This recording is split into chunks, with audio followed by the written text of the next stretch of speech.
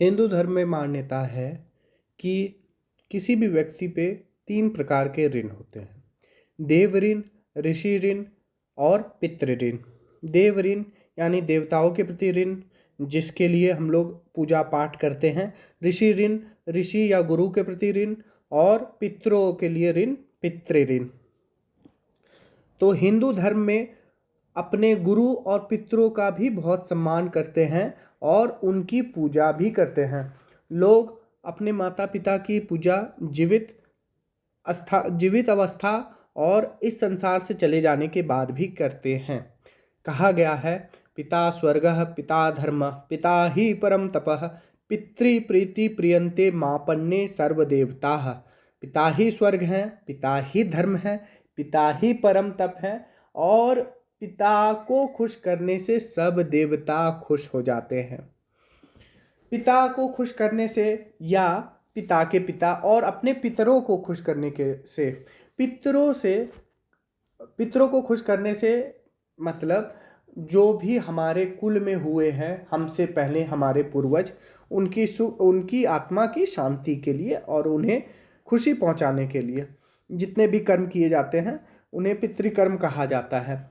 और पितृकर्म के लिए यूं तो जिस दिन स्वर्गवास हुआ रहता है उस दिन किया जाता है, किंतु पूरे साल में 16 दिन, जो कि भाद्र महीने के पूर्णिमा से आश्विन महीने की अमावस्या तक चलता है, उसे पितृपक्ष कहा जाता है।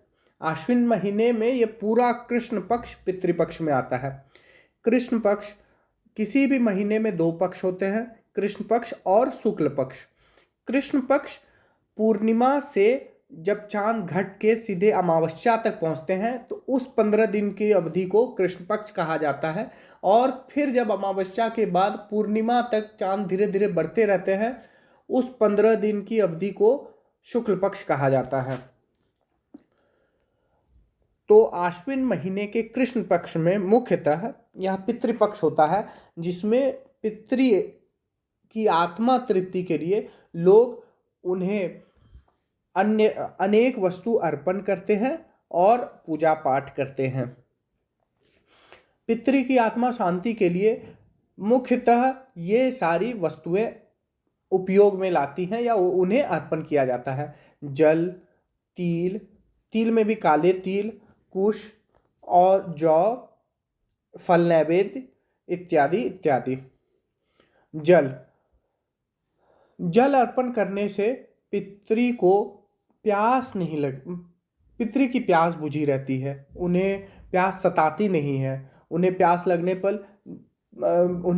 लगने पर जल की प्राप्ति होती है। मान्यता है कि हम उनके निमित्त जितने भी सामग्री यहाँ अर्पण करते हैं उन्हें परलोक में सारी सामग्रियाँ मिलती रहती हैं। और काले तिल का अर्पण से, काले तिल को चढ़ाने से या काले तिल को अर्पण करने से सुख संपन्नता और शांति बढ़ती रहती है। यह अज्ञात बाधाओं का भी निवारण करते हैं। कुश का बहुत महत्व है। पितृपक्ष में मुख्यतः पितृकर्म में कुश का बहुत ही महत्व है।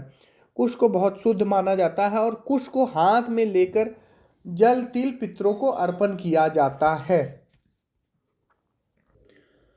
इसमें जौ का भी दान करते हैं, जौ का भी अर्पण करते हैं। यहाँ तक पितृपक्ष में लोग अग्नि में आहुति भी देते हैं, जिनसे पितरों की आत्मा को तृप्ति और शांति मिले।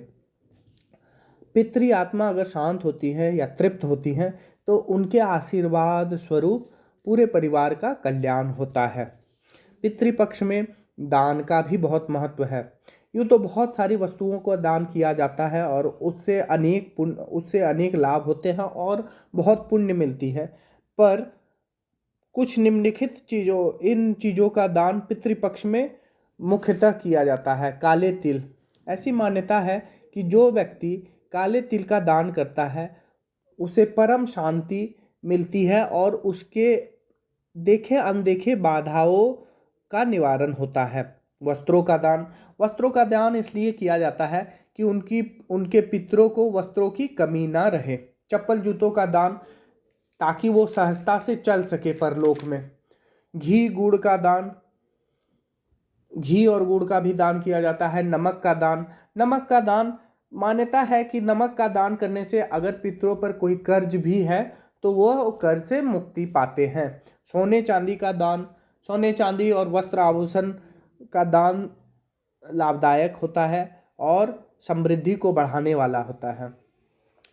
इसके बाद पितृकार में जो भोग लगाया जाता है, मुख्यतः दूध चावल इत्यादि से बने सामग्री का भोग लगाया जाता है। खीर या खीर से मिलता जुलता या कुछ भी जो भी भोग लगाया जाता है, उसे भोग लगाने के बाद गाय, कुत्ता और कौवों को खिला देना चाहिए। यूँ तो पितृकाम नदी के किनारे, गंगा के किनारे अगर हो सके तो अति उत्तम, नहीं गंगा तो कोई भी नदी या तालाब, कोई भी जलाशय के किनारे होने से बहुत ही लाभदायक और पुण्यदायी है। और अगर यह सब ना मिले तो लोग अपने घरों में भी पितृकाम करते हैं।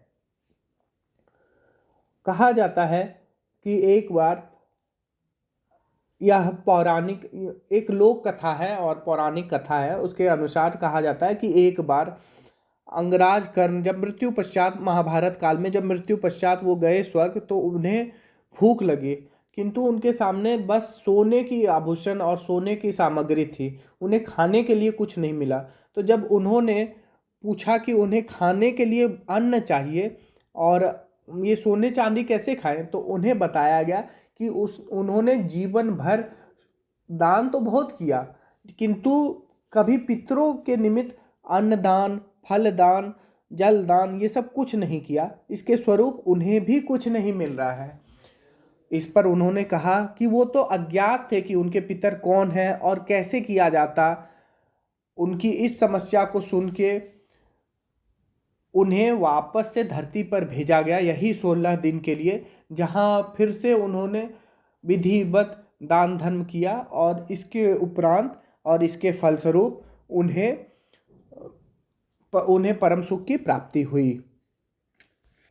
मान्यता के अनुसार इस समय पितर या पूर्वज भ्रमण करते हैं और देखते हैं कि उनके वंशजों ने उनके प्रति क्या श्रद्धा दिखाई और उनके निमित्त क्या क्या किया, यह सब वह देखते हैं और प्रसन्न होने पर वह उन्हें आशीर्वाद देते हैं, जिसके फलस्वरूप उनके वंशजों का जीवन और उनके पूरे परिवार का जीवन संपन्न और सुखी होता है। इस कारणवश हिंदू धर्म में यह अवधि या 16 दिन के यह पितृपक्ष का बहुत बहुत महत्व है।